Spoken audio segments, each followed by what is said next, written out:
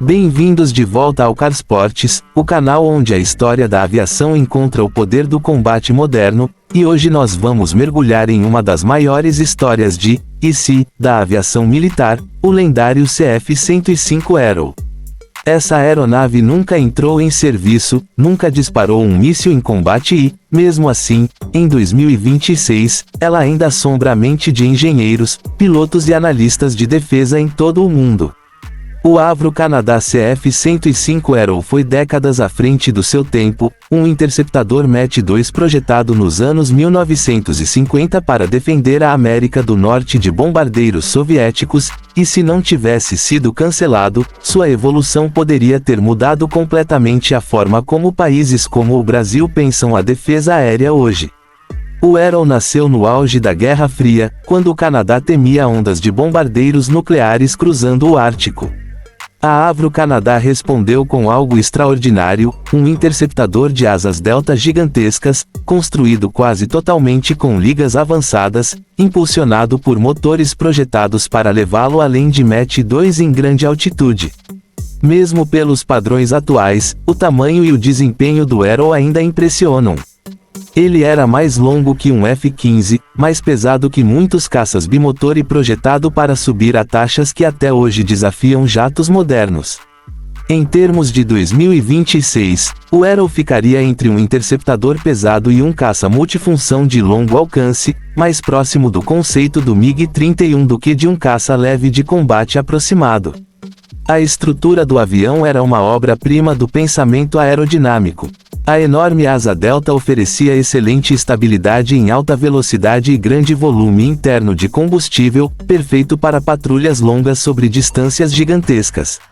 O fly-by-wire ainda não existia, mas o Arrow usava sistemas hidráulicos avançados e um controle de tiro computadorizado que eram revolucionários para a época. Se imaginarmos o Arrow atualizado para os padrões de 2026, com controles digitais, materiais compostos e até elementos de redução de assinatura radar, ele ainda seria um interceptador assustadoramente rápido e poderoso, capaz de controlar enormes áreas do espaço aéreo, algo que o Brasil sempre precisou para proteger seu território gigantesco. Um dos aspectos mais avançados do CF-105 era o conceito de armamento. O Arrow nunca foi pensado para dogfight, ele foi criado para destruir bombardeiros a longa distância usando mísseis guiados. Originalmente, ele deveria operar com o sistema Astra, depois substituído pelo M4 Falcon e pelos foguetes nucleares R-2 Genie. Em um cenário brasileiro de 2026, o Arrow obviamente seria equipado com mísseis modernos, e é aqui que a coisa fica realmente interessante. Se o Brasil operasse um CF-105 Arrow modernizado em 2026, a escolha natural para combate além do alcance visual seria o míssil Meteor. Com seu motor ramjet, o Meteor mantém energia até o final do voo, tornando-se mortal em longas distâncias.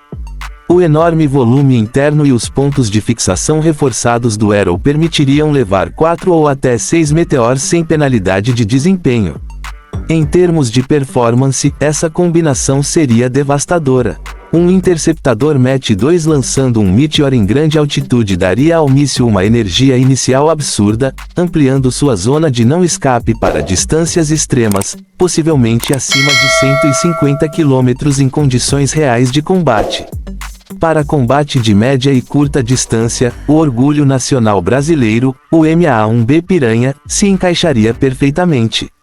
Esse míssil infravermelho altamente ágil foi projetado para engajamentos próximos e médios e já é integrado aos sistemas brasileiros. Em um Arrow moderno, o Piranha daria à aeronave uma capacidade de combate aproximado que ela nunca teve originalmente. Apesar do tamanho, sistemas modernos de controle de voo poderiam tornar o Arrow surpreendentemente manobrável, especialmente em grande altitude, onde asas delta mostram todo o seu potencial. Em uma configuração de 2026, um CF-105 brasileiro poderia levar 2 a 4 Piranhas para autodefesa e combate próximo, além dos Meteors de longo alcance para missões de interceptação primária. Essa carga mista transformaria o Arrow em um verdadeiro guardião do espaço aéreo, não apenas um interceptador puro. Em termos de alcance de mísseis, esse Arrow hipotético superaria praticamente qualquer caça na América do Sul, incluindo F-16 modernizados e o Gripen I, simplesmente por causa da vantagem de velocidade e altitude. Agora vamos falar de números, porque desempenho não é tudo, o custo importa. Se o Arrow tivesse sobrevivido e evoluído para uma plataforma moderna, ele não seria barato. Um programa de retomada do CF-105 Arrow em 2026, usando materiais e sistemas modernos, provavelmente custaria entre 120 e 150 milhões de dólares por aeronave, semelhante a caças pesados como o F-15Es. Os custos operacionais também seriam altos, provavelmente entre 25 e 30 mil dólares por hora de voo. É caro, mas para um país como o Brasil, que precisa defender a Amazônia, campos de petróleo offshore e fronteiras imensas, esse custo poderia ser justificável para uma frota pequena e de elite. Os custos dos mísseis adicionariam outra camada. O Meteor em 2026 custa em torno de 2,5 a 3 milhões de dólares por unidade, dependendo do contrato. O MAA-1B Piranha é muito mais barato, estimado entre 500 e 700 mil dólares, o que o torna ideal para treinamento e defesa regional. Um Arrow totalmente carregado com 4 Meteors e 2 Piranhas estaria voando com quase 13 milhões de dólares em mísseis, mas o valor de dissuasão seria gigantesco. Um único Arrow em patrulha poderia controlar centenas de quilômetros de espaço aéreo. O radar é outra área onde o Arrow brilharia se fosse modernizado. Originalmente, ele deveria usar o poderoso sistema Astra, que foi cancelado junto com a aeronave. Em 2026, o Brasil poderia integrar facilmente um radar AESA similar ao Raven ES-05 do Gripen I ou até um sistema maior, graças ao enorme nariz do Arrow. Isso permitiria detecções muito além dos 300 km para alvos grandes, transformando o Arrow em uma espécie de mini AWACS de interceptação. Combinado com os radares terrestres brasileiros e os aviões I-99, o Arrow seria a ponta de lança de uma defesa aérea extremamente letal. A sobrevivência em combate moderno dependeria fortemente das atualizações. O Arrow original não tinha furtividade, mas velocidade também é uma forma de defesa. Em 2026, com pods de guerra eletrônica, decoys rebocados, interferência digital e sensores em rede, o Arrow poderia sobreviver em ambientes contestados ficando rápido e alto.